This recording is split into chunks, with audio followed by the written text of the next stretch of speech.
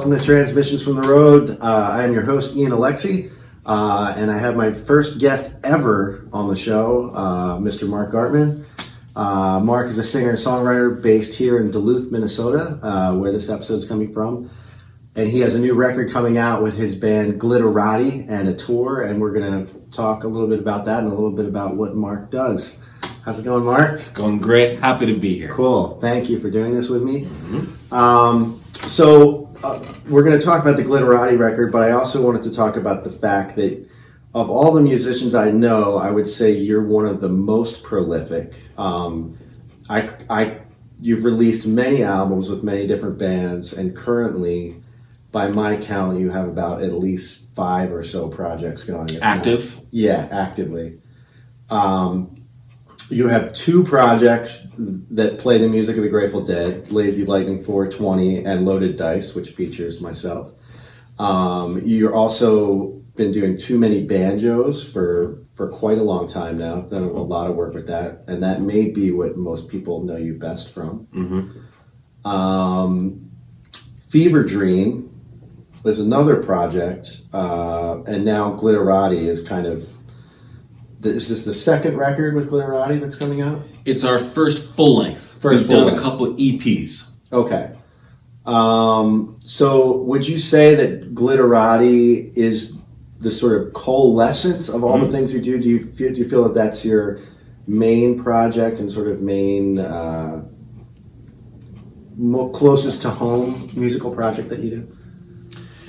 Sure. I think it all sort of depends on what musicians are available during the year.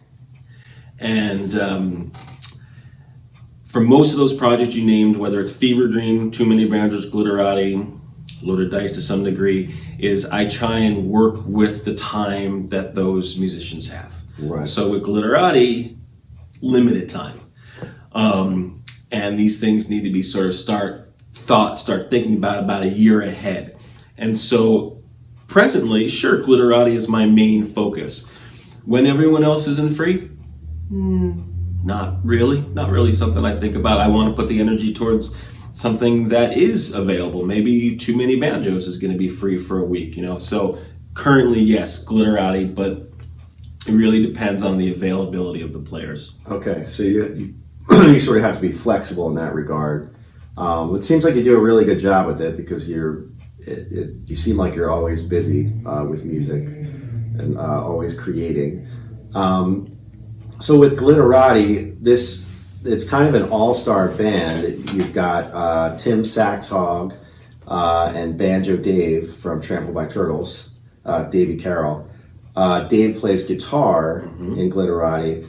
And also Kyle Keegan, who's a drummer. He's been with Mandolin Orange, among other bands. But from these bands that I'm naming here, Trampled by Turtles, Mandolin Orange, Too Many Banjos, someone who hasn't heard Glitteratti might be getting the idea that this is like a folk or a bluegrass band of some sort. And it really is very, very far from that. It doesn't have really any elements of that in terms of the aesthetic of the music. Sure. So is it with the guys from Trampled by Turtles and with yourself, guys that are sort of known for the folk stuff, is it an easy transition to do something like Glitteratti, which is more sort of based in rock music and pop music, or is it, how does that work? Well, it mostly comes down, both those projects, Glitteratti and Too Many Banjos, both comes down to Dave and I and our relationship. Okay, so does Dave co-write with you on it? Not the tunes, but what he'll do is I'll sort of try and write songs that leave some space for him to come up with some lines. Okay. Not just solos per se, if we're live and he wants to take a solo, sure. But those parts. Right. Elements of solo with themes, give him some, here's the part in a song where I'll sort of, maybe if I'm sending him a demo, here's sort of an idea of what I'm thinking. But feel free to take some time with it. Put on some pedals, try some other stuff. So whether it's Glitteratti or Too Many Banjos, I'm writing with the players in mind. What would Kyle be good for? What would Dave, Timmy? Harmonies, especially with those guys. Right. Let's get some songs in here with harmonies. Same with any project. Doing Coyote, this other project with Jerry and Mobley. It's like, what works for us? And when I get together with Glitteratti for like rehearsing for a tour, I'll just get inspired. And I'm sure you relate to that. You start playing with your band, you're like, okay, what can I do with this? Sure. And I remember the last time we got together before we did some shows, I was like, as soon as we start playing, I'm like, I want to write some songs for this band again. They sound good, they're tight, they're all professionals, of course. So that's nice.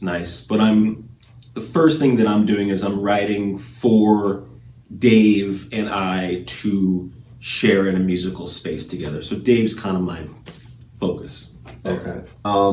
So the new record's produced by Steve Carrington, who is the bassist from Low and also a producer, of course. Mm-hmm. What is it like working with Steve, and how much input does he have in the project? What's his role? Where do you let him take it? Where does your role end? Where does his role begin? Sure. Steve, big part of my musical life, has been so ever since I moved to Duluth about 15 years ago. I asked Eric Swanson, looking for a bass player. He's like, Steve Carrington.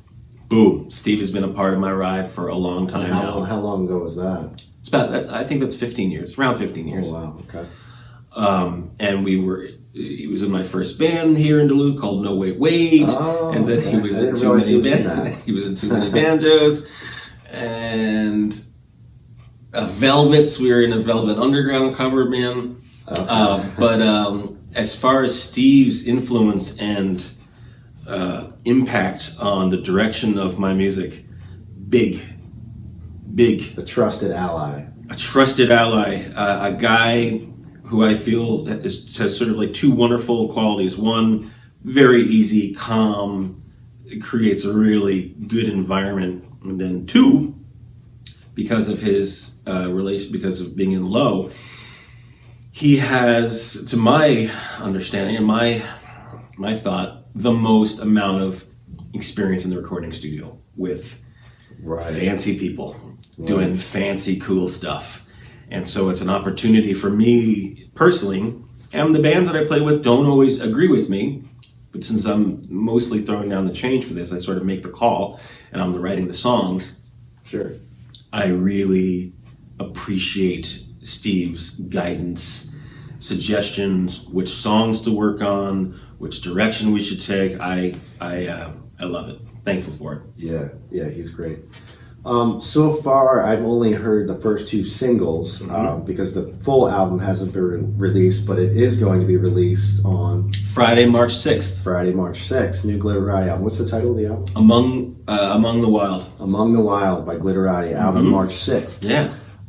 So from the first two releases that are out right now, the first two singles, what I noticed, and I was kind of wondering how much of this was Steve's role, the drum sounds and the overall production of the record.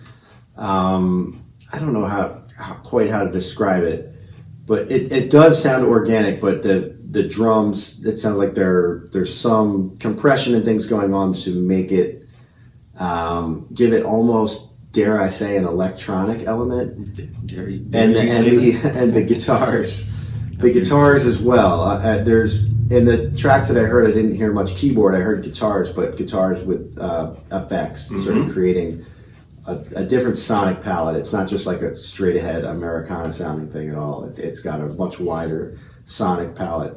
No, is that something you came into the project? Was that your vision? Has that always been the vision of Glitteratti, or was that something that Steve sort of commandeered? As far as the sound of the instrumentation, that falls to him. And falls to Steve and whatever engineer we're working with. So side A, the engineer was this guy Brian Joseph. Side B was this guy Lance Conrad. So it's mostly those guys working with Steve to get that sound. Because I don't feel comfortable in that world. I don't feel comfortable in the engineer room. I mean, it's cool, but as far as like what they're doing and what they're communicating and what sounds they're going for, I just don't know it. I just Okay. don't know that world. So one of the songs you may be talking about is this song called Plans, which is on the new record. Yeah. It was a song that was kicking around for a few years. It was a Fever Dream song, but Steve would bring it up. I'd like to work on that song. I said, great. So they ended up spending an entire day just working on that song. Okay. Not something I would have done. If I had been there, I would have been freaking out saying, there's no way we can afford to do what you're doing. Like I have very strict Right. stuff. So in a way, I guess I'm glad I wasn't there, because that would have been freaking out. So the sound and these particular sound, or how things sound, the drums, the guitar, the keyboards, whatever, that's Steve working with these engineers, Okay. experimenting with sounds, and just, trying to come up with something that they like. And I, especially with this most recent project, literally had nothing to do with it. Nothing. I didn't Okay. hear it until it was done. Well, you did a great thing by making the choice to allow them to do that, because it sounds phenomenal. That the first thing that Thanks. struck me about it when I heard it, and actually a few months ago, you played me maybe an unfinished version in your car Okay. of some of it, and just the sound and the space within the sound immediately struck me. Okay. And I had just finished an album as well, and it was one of those rare moments where when I heard the Glitteratti album, I was having that like, oh, why didn't I think of that? Why didn't I good. think to Okay. do that? In addition to really genuinely really loving what I was hearing, but also it was like the ideas in the songs and the production were like maybe just a step ahead of, in my mind, of what I was thinking about when I was working. So I think for me, that's the mark of a great record. And also, I mean, not because I'm comparing to myself, but when a lot of times I'll hear a record that I think sounds really good, but I can understand the thought process, and it's logical that person created that. But with your new record, I heard it and it's like a couple steps ahead, and it's like, wow, and that's inspiring. And so congratulations on that. Thanks. It's not easy. It's painful. Same thing happened with the Fever Dream record, when I gave the keys to the car to those guys, Steve and Eric and Jake for the Fever Dream, and then Steve for this new one. It's not easy to let go, but I feel that it's the right thing to do ultimately for the project itself. So Yeah. it's something that's taken me. The more I make records, the more I sort of have a hands-off approach and just say, I write songs and I need help making them a record.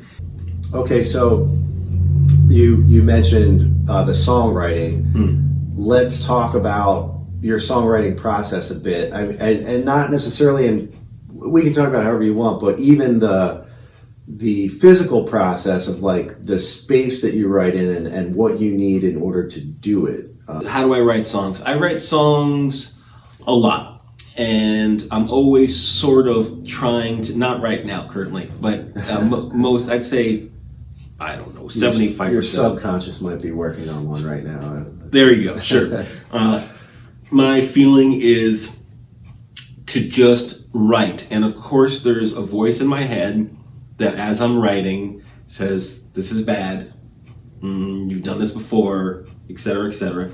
And I've really learned to accept that voice and sort of pet it like a little dog, like I hear you, but let's keep going anyway. Yeah. And so I do, and because I really want to keep writing, through that.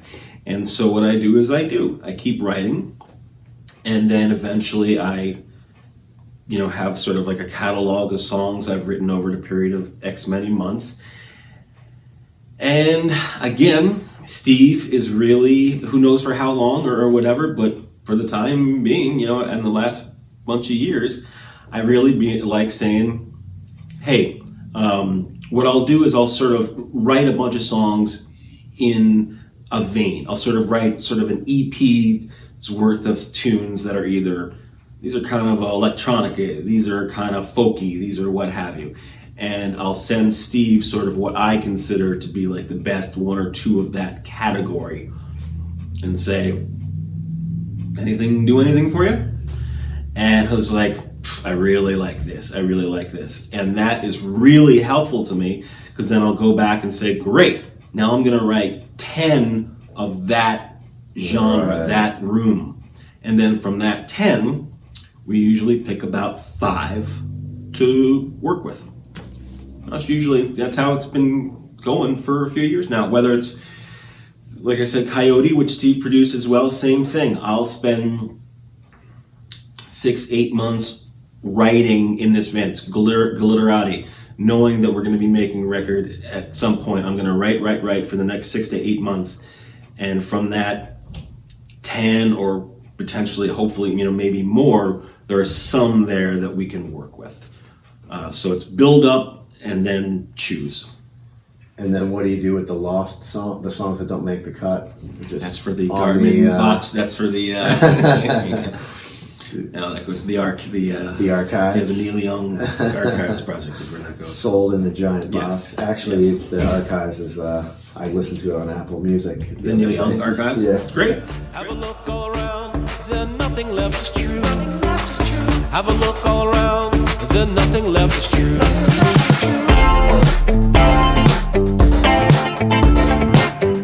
I believe you, I believe you.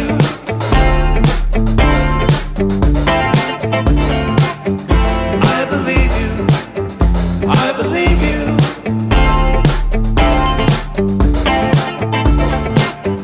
I believe you, I believe you.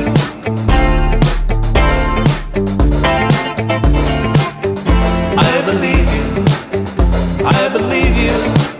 Have a look all around, is there nothing left is true? Nothing left is true. Have a look all around, is there nothing left is true? Nothing left is true. Have a look all around, is there nothing left is true? Nothing left is true. Have a look all around, is there nothing left is true? Nothing left is true.